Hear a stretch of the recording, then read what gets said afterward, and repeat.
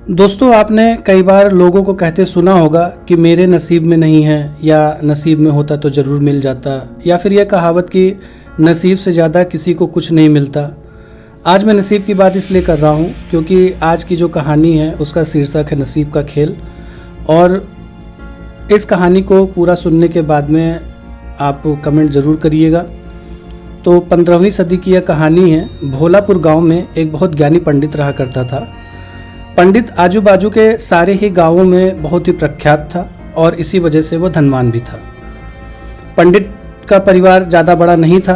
पंडित अपनी पत्नी के साथ अपने बहुत बड़े घर में अकेला रहता था क्योंकि पंडित को कोई बेटा नहीं था और सिर्फ एक बेटी थी जिसका विवाह वो पास के गांव में ही एक श्रीमंत लड़के से कर दिया था। पंडित ने शादी से पहले अपने होने वाले दामाद को अच्छे से जांच पड़ताल की थी और अपनी बेटी का भविष्य भी ठीक से पढ़ा था। तब जाकर उसने बेटी की शादी की थी, लेकिन चंद सालों में ही पंडित का दामाद बुरी आदतों के चंगुल में फंस गया। जुआ और शराब की बुरी लत ने उन्हें सड़क पर लाकर खड़ा कर दिया। अपनी बेटी की ऐसी दुर्दशा देखकर पंडित की पत्नी काफ़ी दुखी होती थी और अक्सर पंडित को कहा करती थी कि तुम जाकर उनकी मदद कराओ। पंडित हमेशा अपनी बीवी को यह कहकर कि उनकी मदद करने के लिए मना कर देता था कि ग्रह और नक्षत्र के अनुसार अभी उनका समय अच्छा नहीं चल रहा है, बुरा वक्त चल रहा है। हम चाहे कितनी भी कोशिश कर लें, जो उनके नसीब में है वो उन्हें मिलेगा और जो उनके नसीब में नहीं है वो उनको नहीं मिल पाएगा। पंडित की ऐसी बातों से उनकी पत्नी काफ़ी दुखी हो जाया करती थी और मन ही मन सोचती थी कि कैसा स्वार्थी पिता है, अपनी बेटी को इतने कष्ट में देखकर भी उसकी मदद करने के लिए मना करता है। आखिर भगवान ने इतना सारा धन धान्य दिया है, उसका क्या करेगा? हमें कोई और औलाद भी तो नहीं है कि ले देकर बस यही एक बेटी है और उसके लिए भी कुछ नहीं करेंगे तो किसके लिए करेंगे? पंडित ऐसा नहीं सोचता था।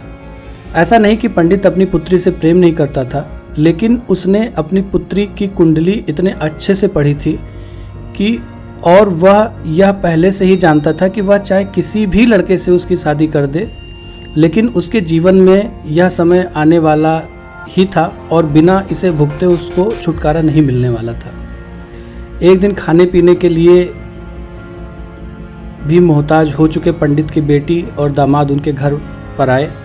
पंडित ने और उनकी बीवी ने दोनों का खूब आदर सत्कार किया और खूब अच्छा खाना खिलाया। बेटी और दामाद की पंडित से सहायता मांगने की हिम्मत ना हुई, इसलिए वह बिना बोले ही वापस अपने घर को लौटने लगे। लेकिन माँ तो माँ ही होती है। पंडिताइन से रहा नहीं गया और बिना पंडित की इजाज़त के उसने चोरी छुपे बूंदी के लड्डू बनाकर उसमें सोने के सिक्के रख दिए और बेटी और दामाद को दे दिए ताकि बेटी और दामाद की कुछ आर्थिक सहायता हो सके। पंडिताइन यह भी जान गई थी कि बेटी और दामाद शर्म के मारे उनसे मदद नहीं मांग रहे थे, इसलिए उसने बेटी और दामाद को भी लड्डुओं में छिपे सिक्के के बारे में कुछ नहीं बताया।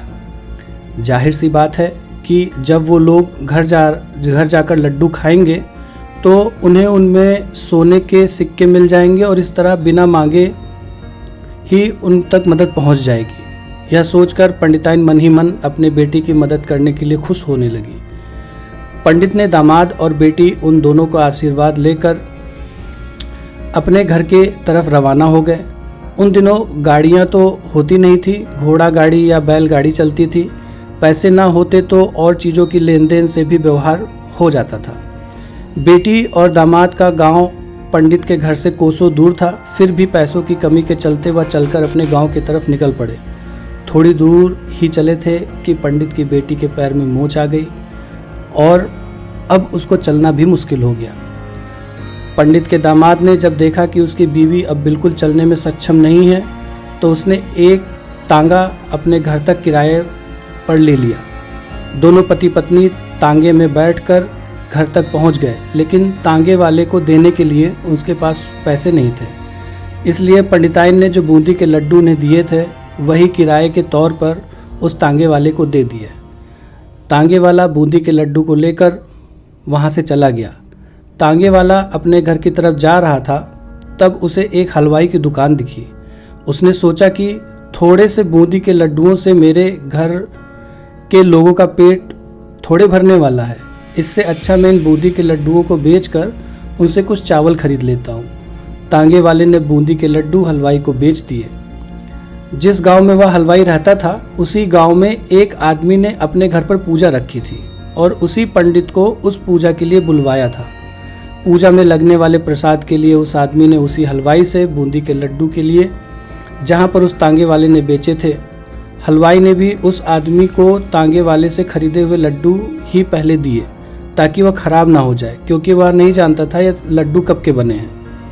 पूजा खत्म होने पर दक्षिणा और बूंदी के लड्डू लेकर जब पंडित अपने घर आया और खाना खाने बैठा तो प्रसाद में लाए बूंदी के लड्डू खाते वक्त लड्डू से सोने का सिक्का निकला। इस घटना को देखकर पंडिताइन की आंखों से आंसू बहने लगे। पंडित ने जब पंडिताइन से उनके रोने का कारण पूछा तो पंडिताइन ने पंडित को सब कुछ बताया और पंडित से उनकी बातों पर भरोसा न करने के लिए माफ़ी मांगी। पंडित ने पंडिताइन के आंसू पोंछे और कहा कि तुम्हारी तरह मैं भी हमारी अपनी बेटी से बहुत प्रेम करता हूँ, लेकिन अगर हम उसकी अब मदद करते हैं तो दामाद हमेशा ऐसे ही मदद की अपेक्षा रखेगा और बुरी आदतों को कभी छोड़ नहीं पाएगा। पंडिताइन भी अब पंडित की बातों से सहमत हो गई। 2-3 महीने बीत गए। पंडित के दामाद और बेटी फिर से एक बार उसके घर आए और इस बार उनकी परिस्थिति पहले से बेहतर थी, क्योंकि पिछली बार खाली हाथ जाने के बाद दामाद ने नया काम शुरू किया था और अपनी सारी बुरी आदतों को उसने छोड़ दिया। तो दोस्तों, ये था नसीब का खेल कहानी। और क्या आप भी नसीब पर भरोसा करते हैं या फिर आप उन लोगों में से हैं जो अपना नसीब खुद अपने हाथों से लिखना चाहते हैं? तो कमेंट में ज़रूर करके बताइएगा। मिलते हैं दूसरी कहानी में। धन्यवाद।